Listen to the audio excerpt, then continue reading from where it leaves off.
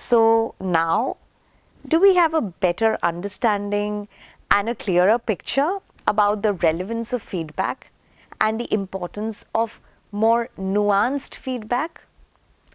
Think of some instances of feedback which you may have given your learners in the past.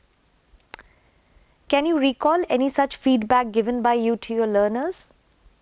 Also reflect on the focus of this feedback given by you, or how you structured the feedback. When this feedback was offered, was it immediate? Was it delayed?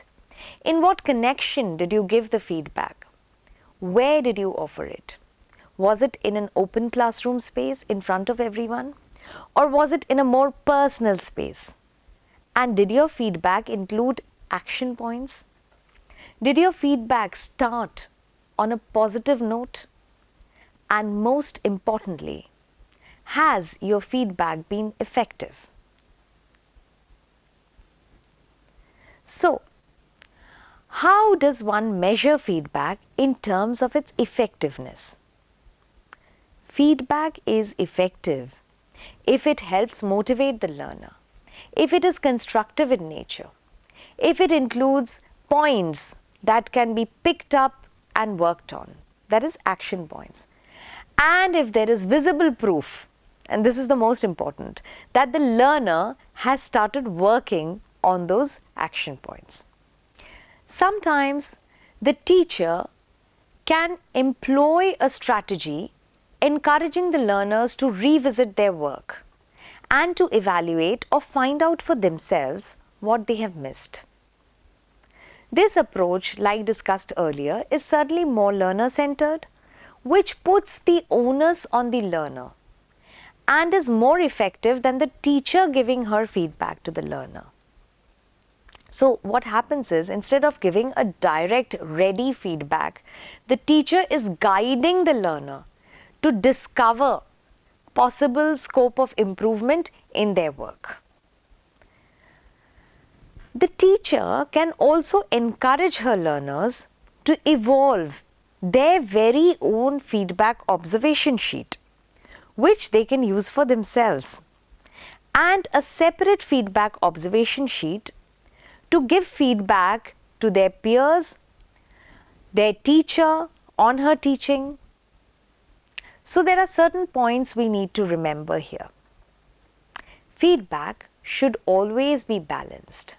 That is, it should have equal ingredients of positive, encouraging comments and areas of improvement.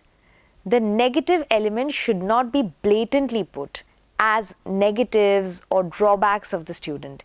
Instead, they should be worded, like I have said several times, they should be worded as action points or points to work on in order to avoid demotivating the learner.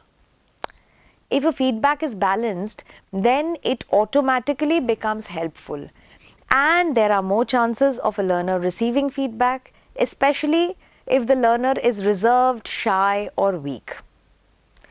Feedback also needs to be staged, that is, it needs to be given at stages so that it retains its effectivity. Also, it needs to be varied, like we discussed, that sometimes it can be a more general kind of whole class feedback and sometimes it can be a customized, personalized feedback to smaller groups or individuals.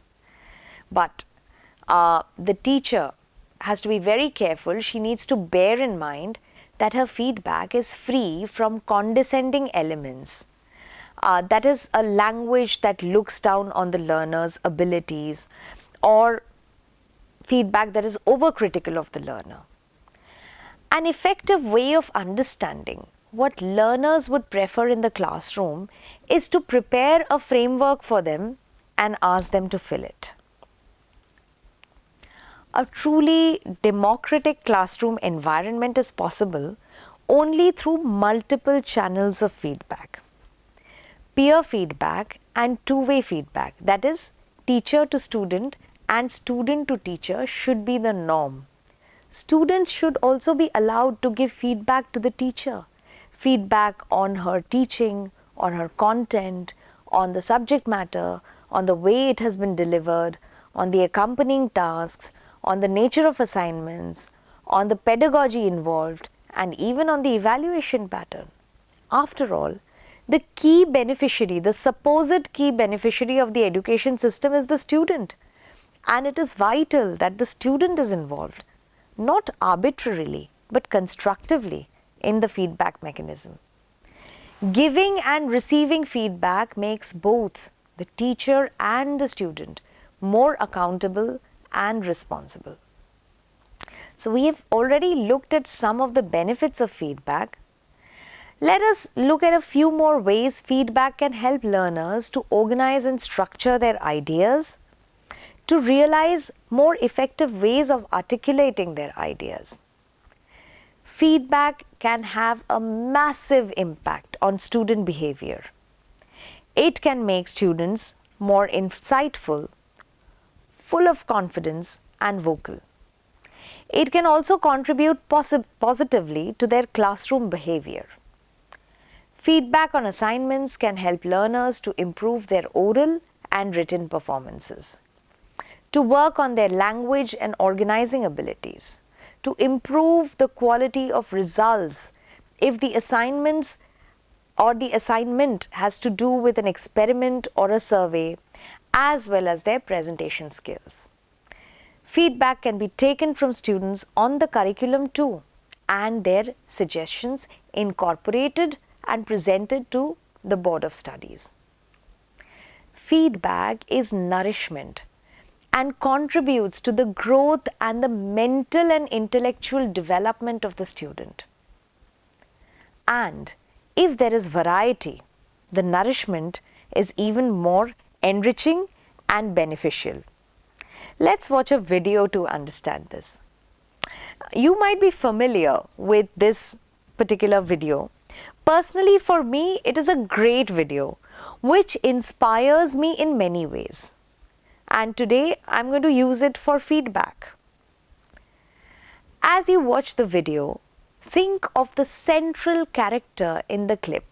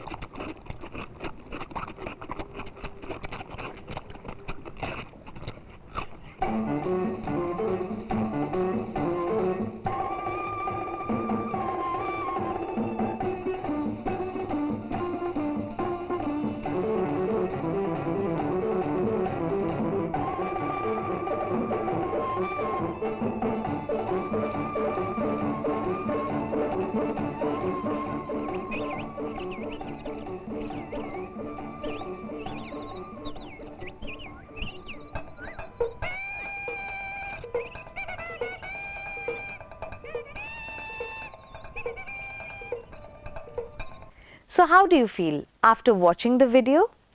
Did it remind you of your childhood days? In fact, I grew up watching this video. Who is the central character according to you in this video? Of course, it is the tree.